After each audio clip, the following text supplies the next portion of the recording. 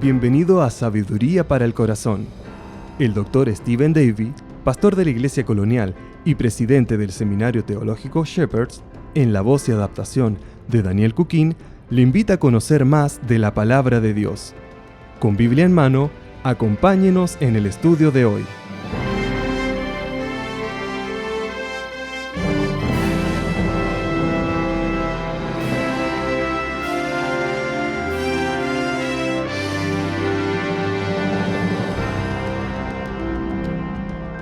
Un día, el diablo decidió poner sus antiguas herramientas a la venta para poder renovarse. Él hizo una especie de venta de garaje y puso todas sus herramientas al aire libre para que todos pudieran inspeccionarlas a gusto. Cada herramienta tenía una etiqueta con su respectivo precio. Había todo tipo de instrumentos. Algunos lucían realmente sofisticados y peligrosos, como el odio, la envidia, la mentira, la lujuria, el orgullo, la ambición. Separado del resto de las herramientas, había una que parecía bastante inofensiva. Era pequeña y estaba bastante desgastada, pero su precio era astronómico. «Disculpe, ¿cuál es el nombre de esta herramienta?», preguntó uno de los compradores. «Oh», dijo el diablo, «esa es el desánimo». «¿Por qué es tan cara? Nadie va a poder comprarla». «Eso es porque me ha sido más útil que la mayoría de las otras herramientas.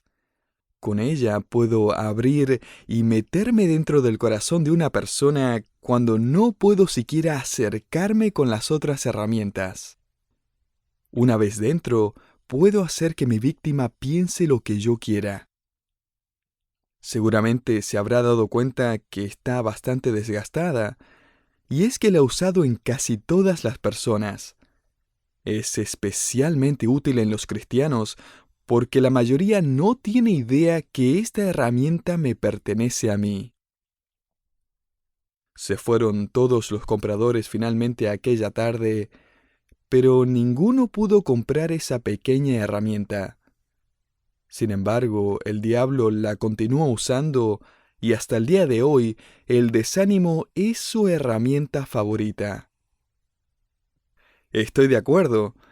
El desánimo es una herramienta efectiva que puede llevar a que un creyente termine desviándose del camino de forma muy sutil. Si ha estado acompañándonos durante los últimos programas, habrá notado que David ha estado rodeado de circunstancias desalentadoras por un buen tiempo ya. Permítame resumir lo que pasa después de que David se casa con Abigail. El próximo capítulo nos cuenta de otro evento en donde David es perseguido por Saúl. Durante la noche, mientras Saúl y sus hombres están durmiendo, David se escabulle hasta donde Saúl está durmiendo y, otra vez, escoge perdonarle la vida. Solo que esta vez David toma la lanza y la vasija de agua de Saúl. Una vez más, David lo confronta desde una distancia prudente. Saúl llora, pide disculpas y promete un montón de cosas. Las promesas de Saúl no duran mucho y David vuelve a escapar. Y el problema es que ahora David tiene un grupo de seguidores y está creciendo todo el tiempo. David ahora es responsable de alimentar y proteger a cientos de hombres con sus familias. La vida de fugitivo lo está agotando, la presión es grande. Aunque no nos gusta ver que nuestro héroe de la fe se derrumba, hemos llegado al momento en que David empieza a tomar una decisión desastrosa tras otra. El primer indicio de que David está yendo en la dirección equivocada lo encontramos en la forma en que comienza el capítulo.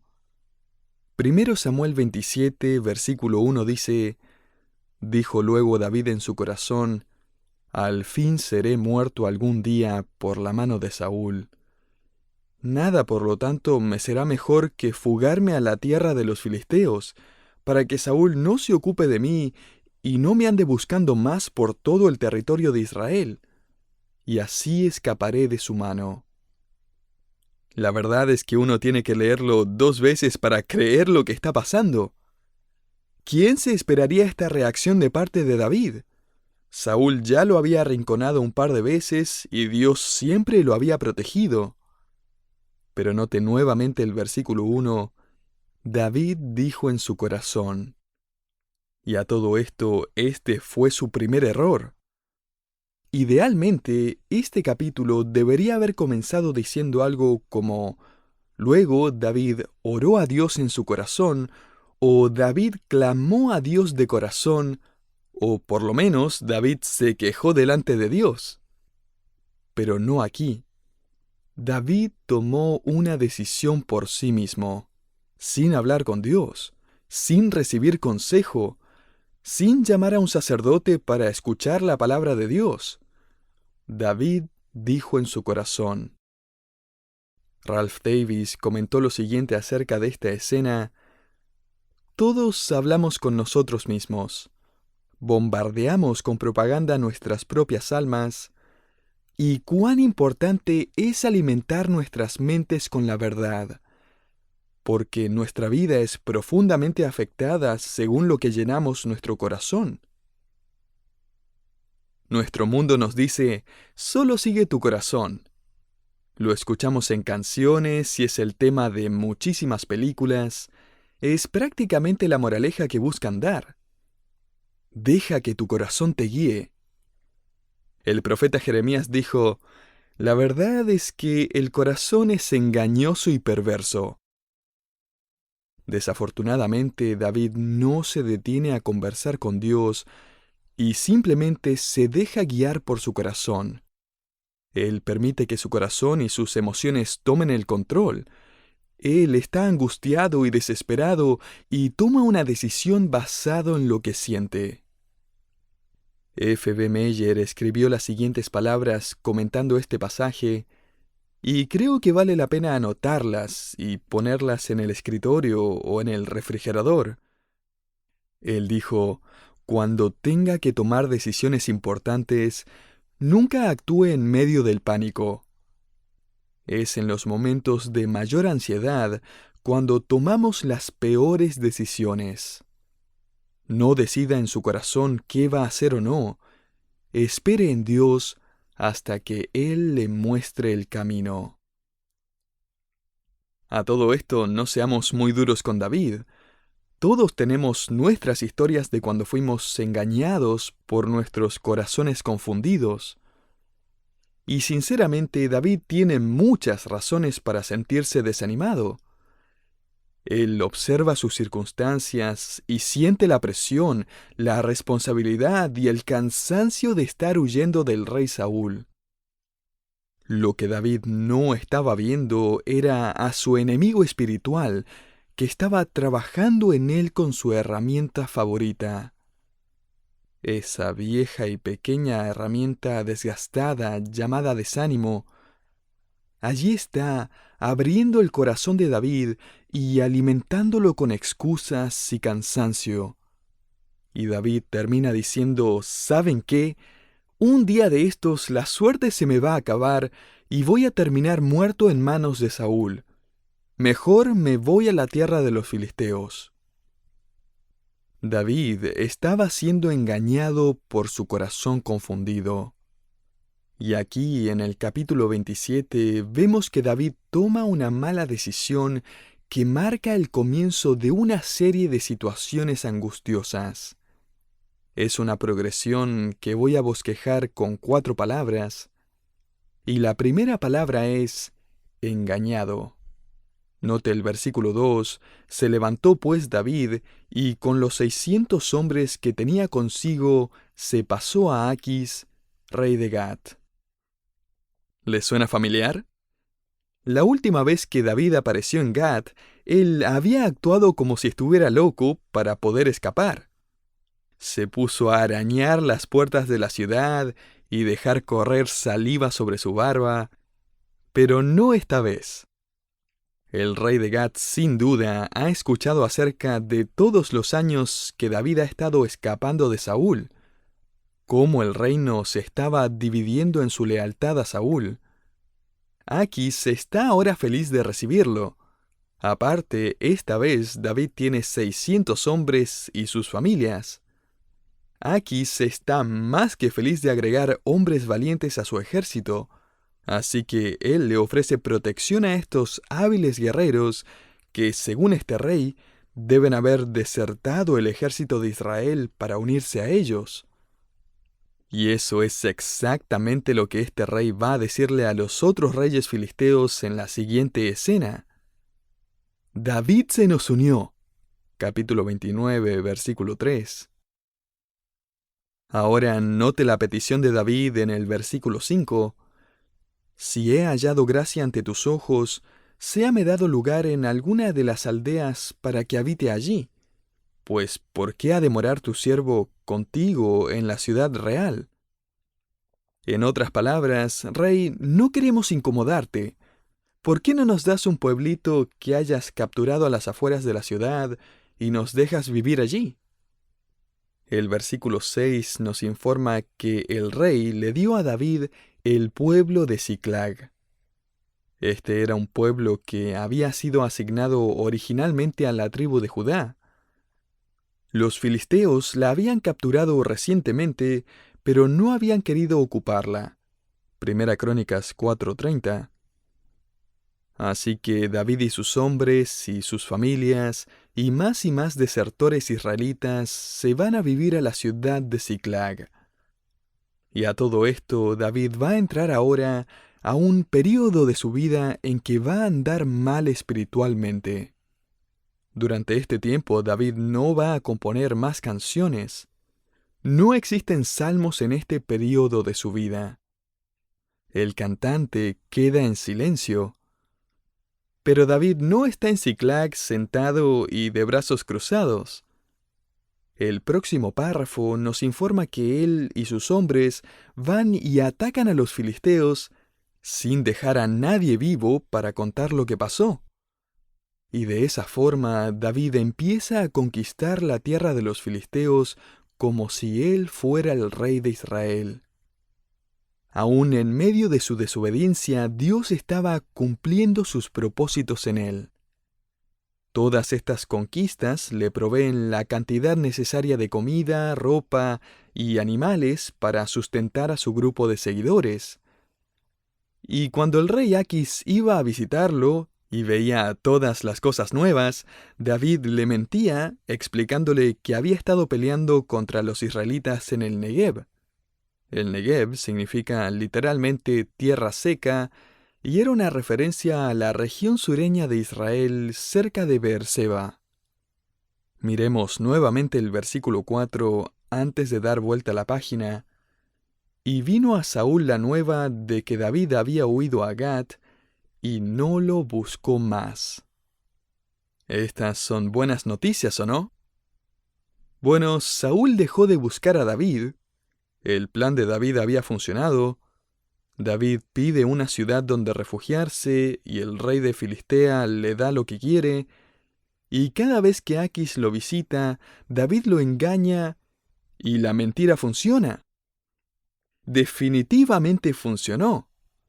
O sea, por primera vez en años, David no está vuelto loco temiendo que Saúl va a venir a matarlo. Debe haber sido lo correcto, ¿cierto? Querido oyente, uno de los problemas de seguir a su corazón, engañoso como es el falso sentido de seguridad que uno tiene.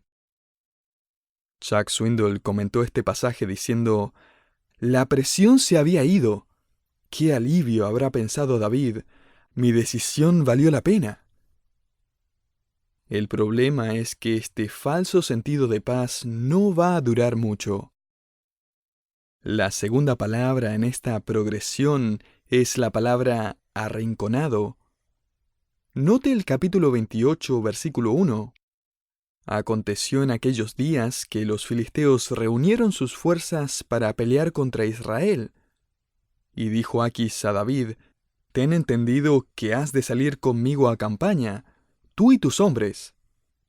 Y David respondió a Aquis: «Muy bien, tú sabrás lo que hará tu siervo». Y Aquis dijo a David: Por tanto, yo te constituiré guarda de mi persona durante toda mi vida. De repente, David se encuentra arrinconado. Él no puede decir que no, y tampoco puede decir que sí. El plan no está saliendo tan bien como esperaba.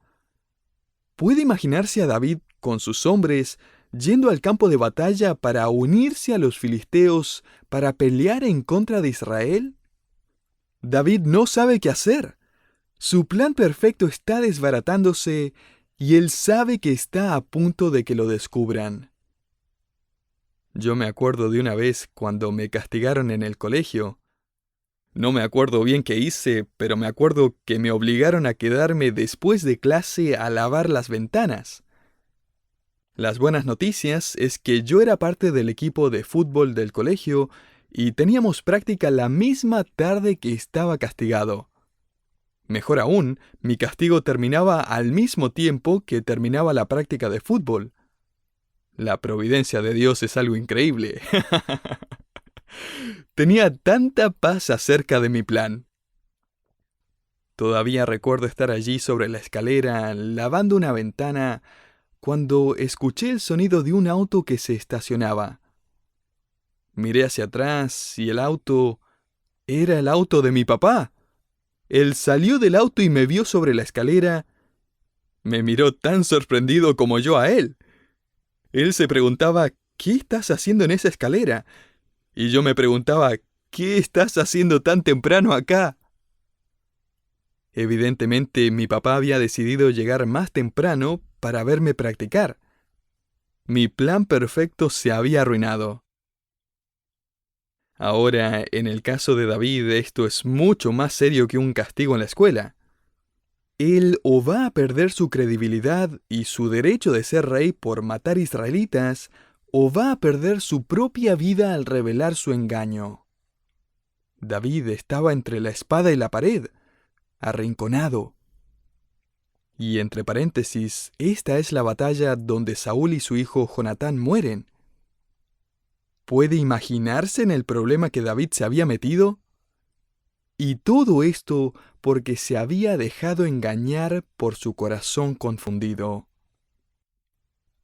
Ahora, en el capítulo 29, se nos cuenta cronológicamente lo que ocurre después. Mire el versículo 2. Y cuando los príncipes de los filisteos pasaban revista a sus compañías de a 100 y de a 1000 hombres, David y sus hombres iban en la retaguardia con Aquis. Y dijeron los príncipes de los filisteos, ¿qué hacen aquí estos hebreos? Y Aquis respondió a los príncipes de los filisteos, ¿no es este David, el siervo de Saúl, rey de Israel, que ha estado conmigo por días y años, y no he hallado falta en él desde el día que se pasó a mí hasta hoy? Ellos no le creen, y en el siguiente párrafo leemos que obligan a David y a sus hombres a volver a casa en Siclag. En el versículo 8, David pretende estar decepcionado y aún ofendido, con una actuación digna de un Oscar. Aquis no tiene más opción que enviar a David y sus hombres de vuelta a casa. Dios estaba obrando detrás de escenas, instigando a estos reyes filisteos para que no quisieran la cooperación de David. Dios está obrando aún a pesar de la falta de confianza de David. Y querido oyente, aun cuando le somos infieles a nuestro Dios, Él es fiel con nosotros. Él no puede negarse a sí mismo. 2 Timoteo 2:13. Aún así, David ha perdido un montón de credibilidad de parte de sus hombres. Ellos no parecen decir nada en voz alta, pero saben que acaban de salvarse de un desastre gigantesco. Ellos habían quedado arrinconados y casi habían perdido sus vidas. Pero esto se pone aún peor. La tercera palabra que viene a mi mente es la palabra destrozado. Y es que el capítulo 30 nos informa que mientras van llegando a Siclag, descubren que su hogar está en ruinas. Nota el versículo 1.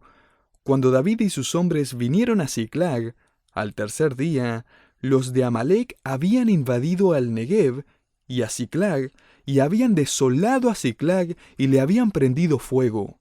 Y se habían llevado también cautivas a las mujeres y a todos los que estaban allí, desde el menor hasta el mayor, pero a nadie habían dado muerte, sino que los habían llevado al seguir su camino. Vino pues David con los suyos a la ciudad, y he aquí que estaba quemada, y sus mujeres y sus hijos e hijas habían sido llevados cautivos. ¿Puede imaginárselo? Ellos se sientan entre las ruinas y literalmente se ponen a llorar. Note la última parte del versículo 6. Pero David se fortaleció en Jehová su Dios. Por primera vez en casi 2 años, David habla con Dios. Philip Keller escribe: David no tiene otro lugar donde ir, él ha perdido su credibilidad, la lealtad de sus hombres, sus credenciales como líder. Ellos están indignados, furiosos, agarran piedras, listos para apedrear a David. David no tiene lugar donde ir, ni lugar donde correr. Su plan los llevó a todos a estar arrinconados y ahora destrozados anímica y emocionalmente. Recientemente he mencionado a Gary Richmond y su libro titulado Una vista desde el zoológico. Allí él escribe observaciones bíblicas a partir de cosas que vivió mientras trabajaba en el zoológico de Los Ángeles. En un capítulo, él cuenta la historia de una cuidadora llamada Julia. El zoológico había comprado un mapache bebé y habían puesto a Julia como la encargada de este nuevo miembro del zoológico. El mapache era tierno y juguetón y rápidamente se ganó el corazón de Julia. Julia a veces cumplía con sus otras responsabilidades mientras cargaba este pequeño mapache sobre su hombro. Ella le puso por nombre Bandido. Sin embargo, Gary empezó a preocuparse por Julia. Él sabía que los mapaches experimentan un cambio cuando llegan a los 24 meses. Así que le advirtió a Julia que después de los 24 meses, los mapaches suelen atacar a sus dueños sin explicación. Una y otra vez Gary le advirtió a esta joven del peligro. Ella siempre lo escuchaba respetuosamente, pero siempre respondía de la misma manera. Ella decía: Gary, esto es diferente. Luego sonreía y decía: Bandido nunca me lastimaría. Gary escribió: 3 meses después de mi última advertencia, Julia necesitó varias cirugías plásticas, ya que su mapache la había atacado sin razón aparente y le había lacerado el rostro severamente. Bandido fue dejado en libertad en un bosque. Va a ser diferente conmigo. Puedo manejar la situación con el rey Aquis. Sé lo que estoy haciendo. No necesito un consejo de parte de Dios. Va a funcionar. Va a ser diferente con nosotros. Engañado, arrinconado, destrozado. Y una cuarta palabra que ahora viene a mi mente es corregido.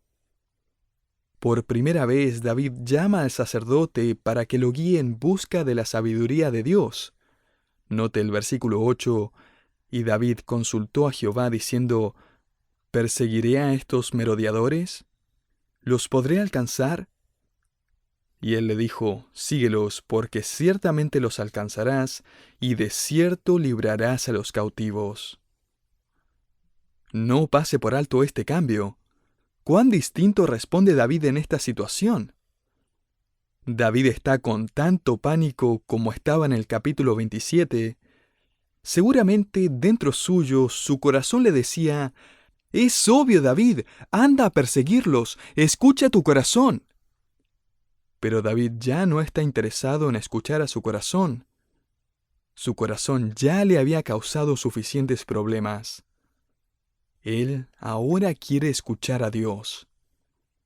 La narrativa termina felizmente con David y sus hombres volviendo con sus familias y habiendo derrotado a sus enemigos. Permítame terminar este estudio con 2 aplicaciones. Primero, tenga cuidado. Su corazón es peligroso. Contrario a lo que le dice la última película, o libro, o blog, o serie de televisión, lo último que quiere hacer es seguir su corazón. Allí es donde el diablo lo quiere. Él tiene sus herramientas listas. Él está buscando a alguien para desacreditar. 1 Pedro 5:8, especialmente usando el desánimo. Así que tenga cuidado. Escuchar su corazón es peligroso. Segundo, sea agradecido. Dios está siempre listo para dar de su gracia. Me pregunto cómo le habríamos respondido nosotros a David después de 2 años de indiferencia. Esta es la primera vez que él llama al sacerdote y le pide un consejo a Dios. Y el Señor podría haber respondido: David, estás castigado. Vas a ir a lavar ventanas por el resto de tu vida. David, ya no puedo confiar en ti. Olvídalo. No. Dios responde con gracia a su hijo arrepentido y le dice: vuelve a la batalla. Tengo otra victoria para que disfrutes. Querido oyente, no le crea a quien le diga que Dios ya se ha cansado de usted, que ha estado demasiado tiempo con los filisteos y que ahora Él ya no quiere saber nada con usted. Esa es una mentira, esa es la propaganda del diablo. Porque la sangre de Jesucristo limpia de todo pecado. 1 Juan 1, 7-9. Arrepiéntase y busque su voluntad a través de su palabra, y aprendamos de David que su éxito no fue gracias a sus habilidades, sino gracias a la providencia y la misericordia de Dios. Confíe en Dios y búsquelo en medio de sus problemas, y no pasará mucho tiempo hasta que usted, tal como el cantante de Israel, sea lleno de una paz y una canción que solo viene por la gracia de Dios.